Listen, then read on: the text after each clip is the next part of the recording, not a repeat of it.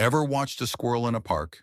It sees a nut, it darts, it grabs it, zero hesitation. Now imagine if that squirrel had an IQ of 160. It would still be there, frozen. Hmm, acorn. But what if it's rotten? What if that human over there is a threat?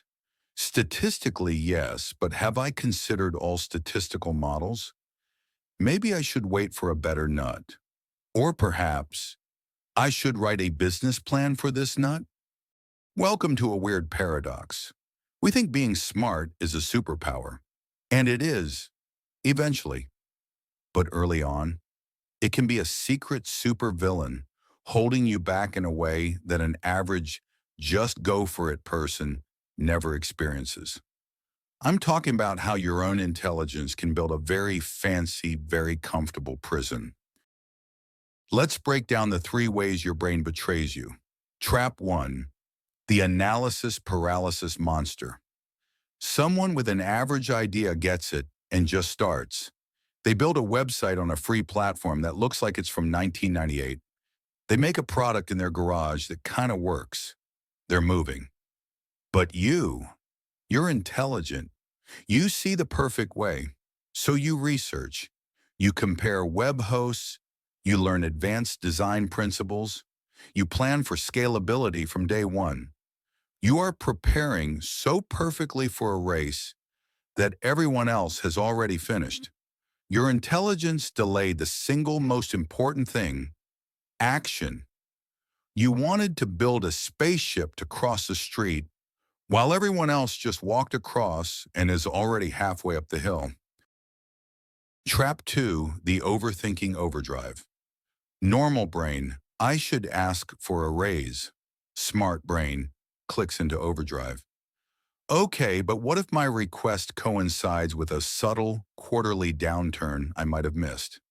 My boss's mood today was 12.3% less cheerful.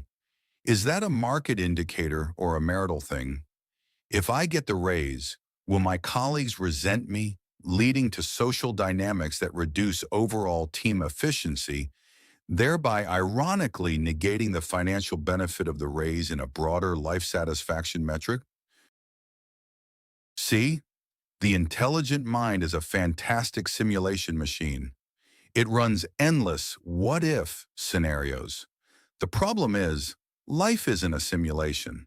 It's messy. By the time you've simulated 50 disastrous outcomes, your less overthinking colleague has already asked, gotten a no, learned why, adjusted, and is planning their next ask. They're gathering real-world data. You're stuck with theoretical data that's paralyzing you. Trap number 3, the risk avoidance algorithm. This is the big one. Intelligence is brilliant at spotting risk. It's its job. So when you see an opportunity, a new job, starting a side hustle, moving cities, your brain, like a hypervigilant security guard, immediately flashes a PowerPoint presentation of everything that could go wrong. Failure probability, 34%.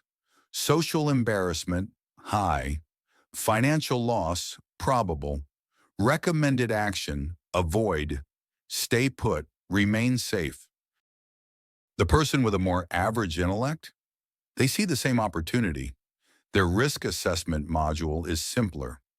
Could this be cool? Yeah, could I fail? Maybe, but let's try. Their simpler algorithm sometimes lets a good risk through the filter. Your sophisticated intelligence, it filters out every risk, including the good ones, the necessary ones, the ones that lead to growth. It mistakes a safe life for a good life. So you stay in the okay job, the okay situation, watching others who shouldn't be ahead of you get ahead of you.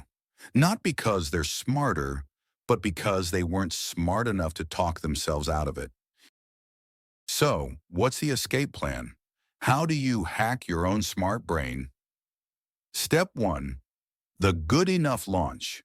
Your first draft, your first version, your first attempt needs to be deliberately bad.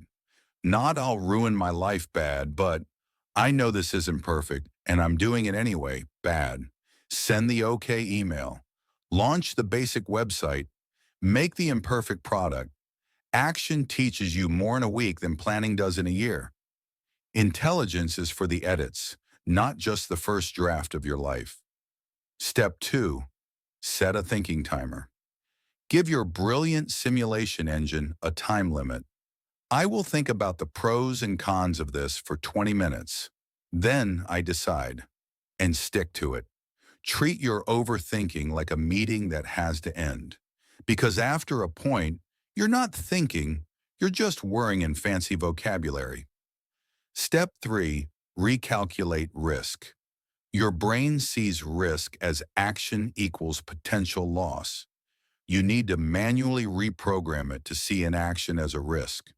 The risk of staying stuck, the risk of regret, the risk of never knowing what could have happened. Ask, what is the risk of doing nothing? Often that's the scariest one. Our intelligence isn't a curse, it's a turbocharged engine. But right now you might have the parking brake on, while everyone with a simpler engine is just driving around. The goal isn't to be dumb, it's to be smart enough to know when to tell your own brain, thank you for your concern. Now be quiet, we're jumping. The squirrel gets the nut not because it's smart, but because it acts. Be the squirrel, a very, very smart squirrel who sometimes forgets to overthink the acorn.